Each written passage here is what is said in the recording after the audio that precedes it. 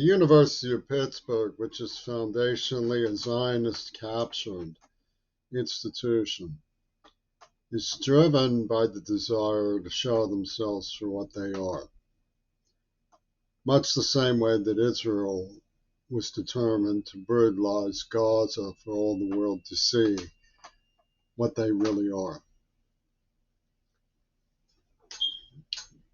The University of Pittsburgh has long contended, as they tortured me, worked me with murderous police interrogation methods through the U.S. Army interrogation systems deployed by foreign English cowards like Roger Waters, devious, criminal, and murderous people.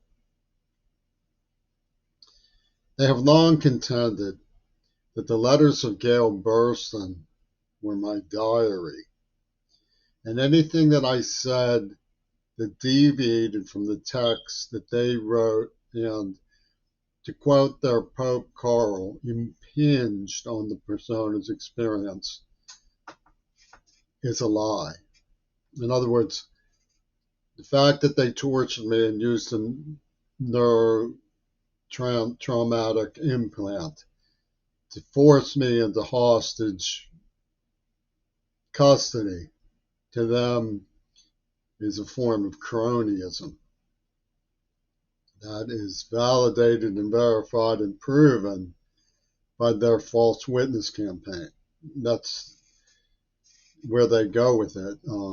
Penny Curry was one of them. She took me to hair as a child.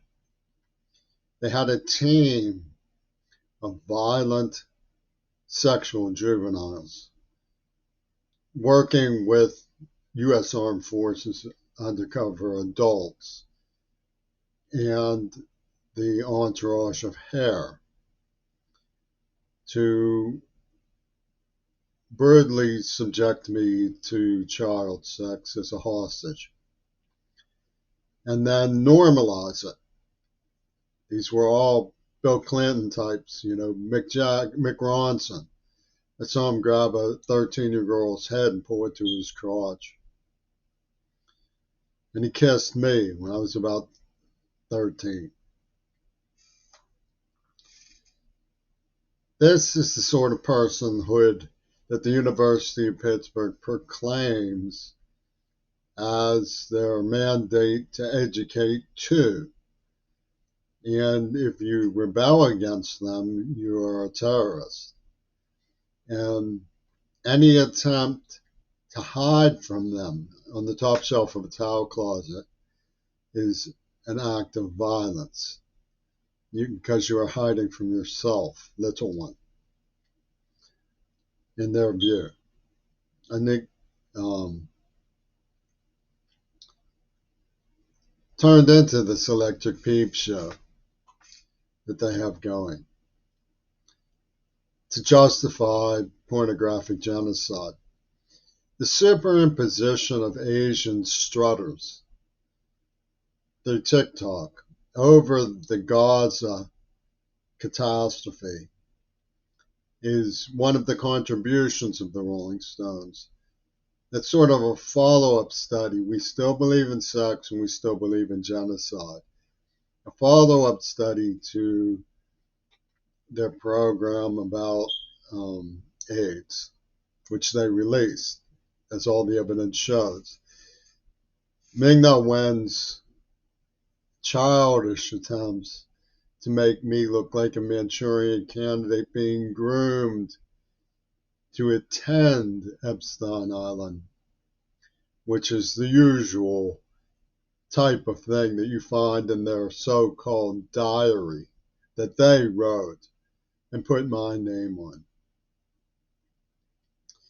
Somehow is an alternative explanation for Will Zell's words. What would you think of a scheme to transform the human race by injecting the blood? It's as if to say Bill Clinton, knowing that he can't control himself on Epstein Island, decided to do himself in with the Obama syringe. And the torture is clear. I'm on levodopa.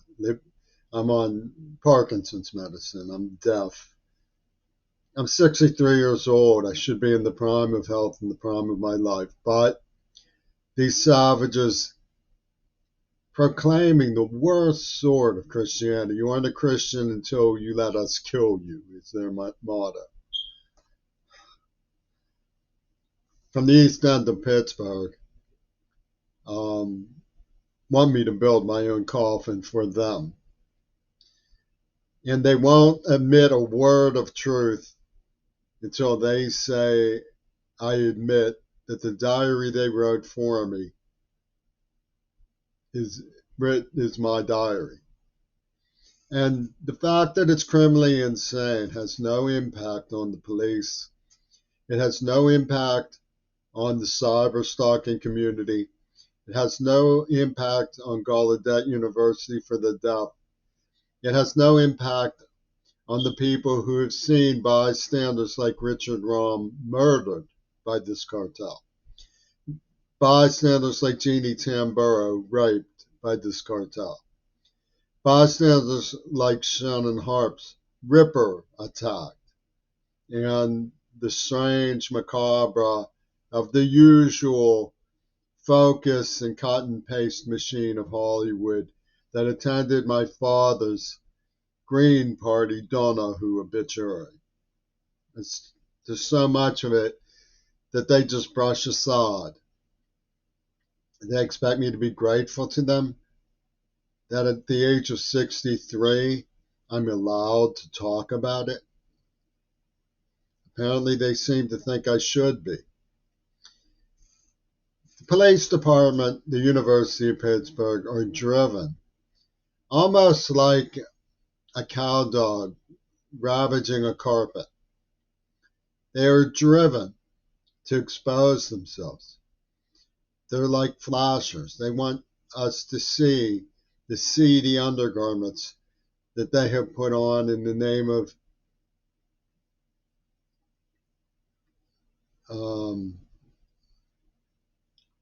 Peter Gabriel's sins. And they'll stop at nothing to insist that they be seen for what they are.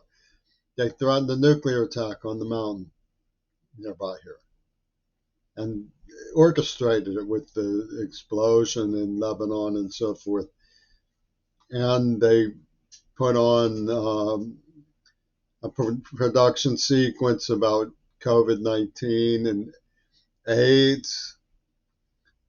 And people say, no, we won't discuss that. No, we're not accomplice that. No, we're not sweeping floors for those people. No, we're not a captured university. They are a captured university. They tortured me. They had a team of child traffickers. And they strut it. They come out with a script that they wrote by a hardcore Zionist felon and say every word of it is Jimmy Curry's diary, with no one second guessing them. Everybody just says, yes, that's right. And it's not true. None of it is true. It's all BS. And it comes from the mind of Woody Allen or something. Woody Allen, I'm like Woody Allen's Zelig, this creature that he created. One was shocked just to admire the art of genocide and social assassination. Wow, I'm Woody Allen. Look what I did to somebody. And he left the script, for everybody to see. Look, hey, look what Woody Allen did to somebody. And that's the University of Pittsburgh's take on the subject of torture, murder, false witness, genocide, ripper homicide, rape attacks. The laughing stock they made with their piranha fraternity of nonviolence. Freak. Paul McCartney's entourage, his fan club, are going, freak, your hair got plugged when they claimed John Lennon was killed. That's Paul McCartney's fan club. Freak, your hair got plugged. And of course, the fact that John Lennon wasn't my hero is pointless because the diary says that he was my hero. So therefore, he was my hero. And that's the way it's going to go. You understand? And Michael Reagan claims that Jesus promised his father to bless, that he would be blessed with Elton John. He giveth his word by way of Pope Carl.